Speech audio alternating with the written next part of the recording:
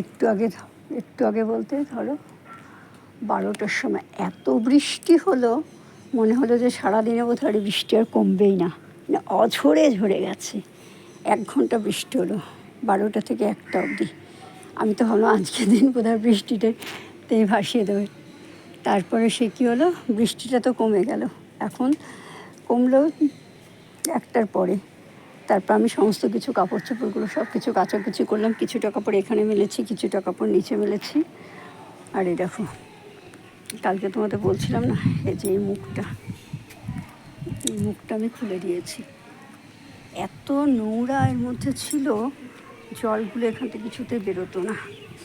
এবার জল না বের হওয়ার জন্য এইখানটা সমস্ত এই যে এই পাশেগুলো, এই জায়গাগুলো পুরো জল জমে থাকতো। আমি বলছি কী ব্যাপার, জলটা কেন বের হয় না।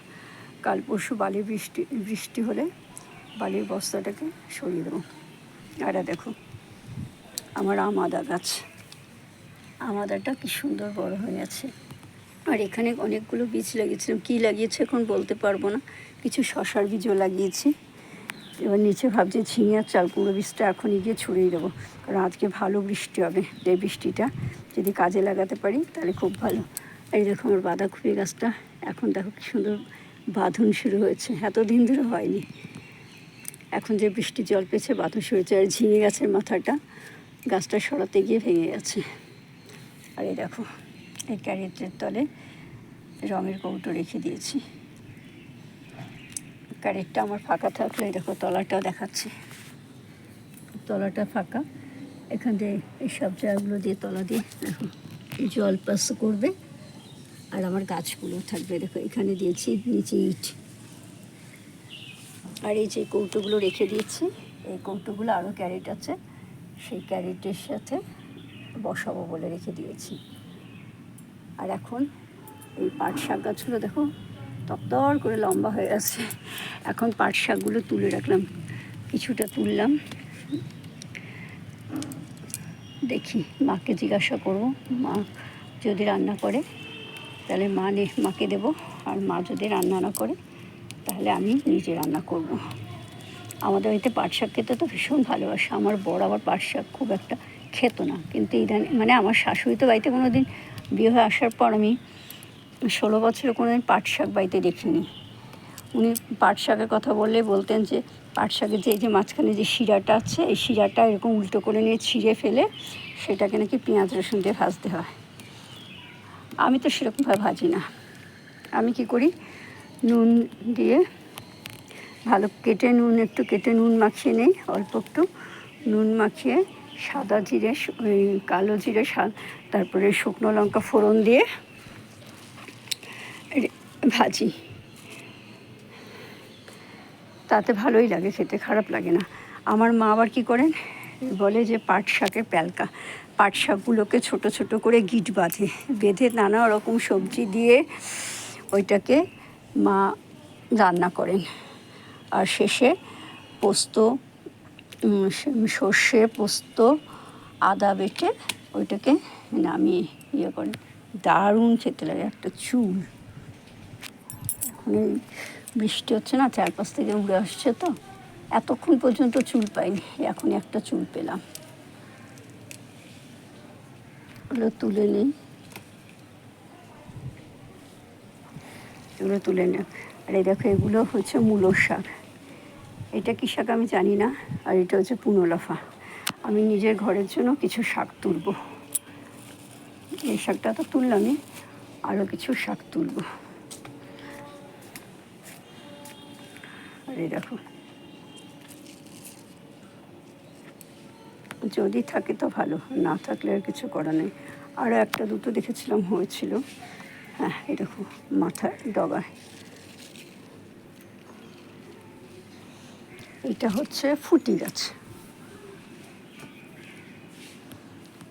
কিছু পুনলাফা শাক তুলব। নিচে গিয়ে কাটোয়া ডাঁটা শাকগুলো তুলে ফেলবো, কারণ শাকগুলো খুব জবরজং হয়ে গেছে, ভেতরে পোকামাকড় ঢুকে থাকতে পারে, ভয় লাগে গো। একবার ভয় ঢুকে গেছে না ভেতরে, আমার বর না থাকলে তো আমি বারান্দাতে যাই না, একদম যাওয়া বন্ধ করে দিয়েছে। এখন এই ঘন্টা ফুল গাছটা দেখো কি সুন্দর হয়েছে। এই দেখো এখানে আবার একটা আকন্দ ফুল গাছ হয়েছে, গাছটা রাখবো। আর আমার বেগুন গাছটা দেখো বৃষ্টির জল পেয়ে কত সুন্দর হয়েছে।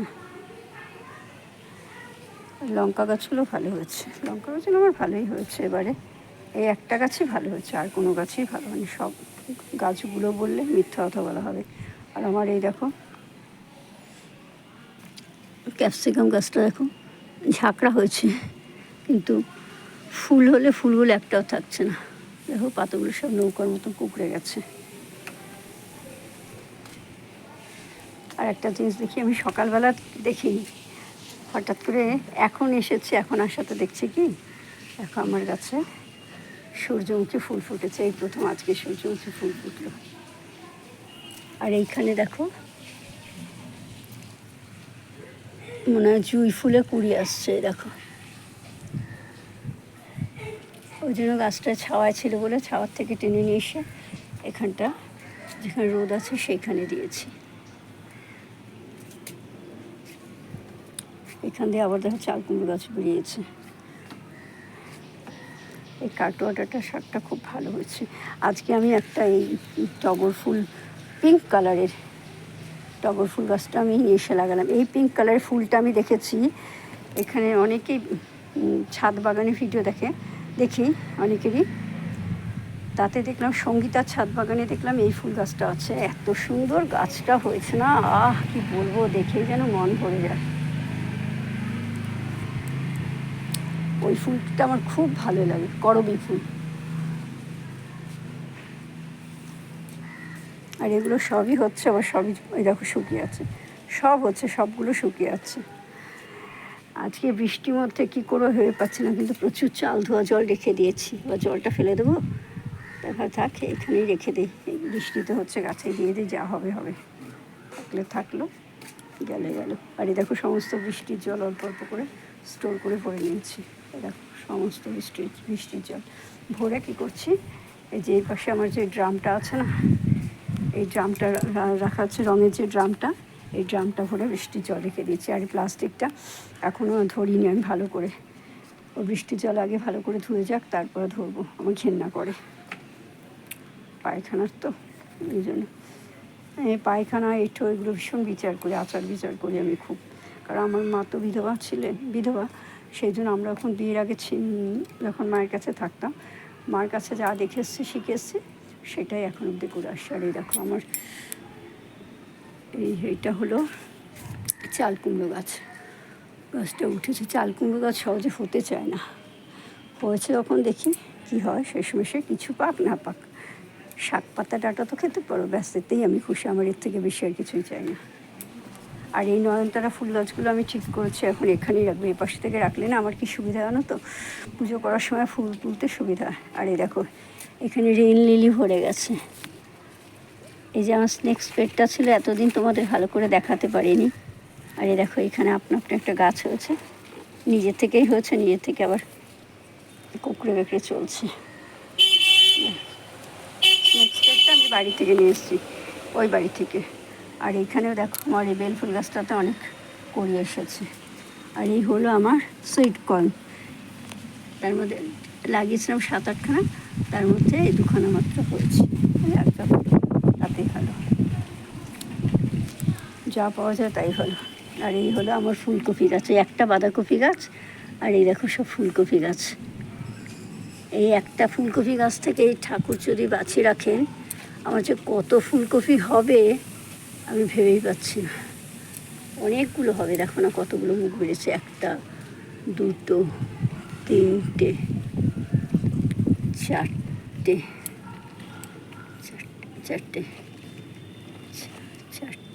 5টা, 6টা, 7খানা বেরিয়েছে একটা থেকে।